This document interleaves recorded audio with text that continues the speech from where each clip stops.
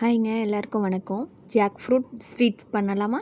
அதுக்கு தேவையான பொருள் ஜாக் ஃப்ரூட் வேணும். அது ஒரு மிக்ஸி ஜாரில் போட்டு அது கூட தேவையான அளவுக்கு வெல்லம் சேர்த்துக்கோங்க. வெல்லத்தை போட்டு அது நல்லா கிரைண்ட் பண்ணி எடுத்துக்கலாம். கிரைண்ட் பண்ணி அந்த கலவையை ஒரு பவுலில் போட்டுக்கலாம்.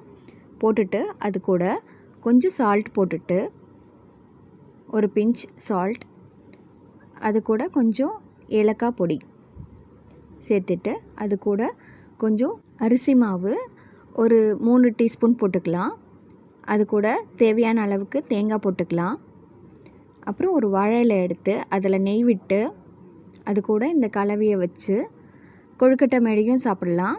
இலையில் வச்சு மடித்து உங்களுக்கு தேவையான ஷேப்பில் நீங்கள் செஞ்சுக்கலாம்.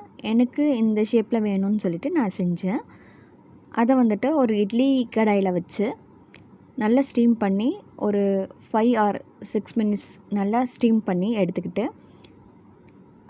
அது நல்லா வெந்த உடனே நம்ம எடுத்து நெய் விட்டு சாப்பிடலாம். சூப்பராக இருக்கும். ட்ரை பண்ணி பாருங்கள். கமெண்ட் பண்ணுங்கள். Thank you guys.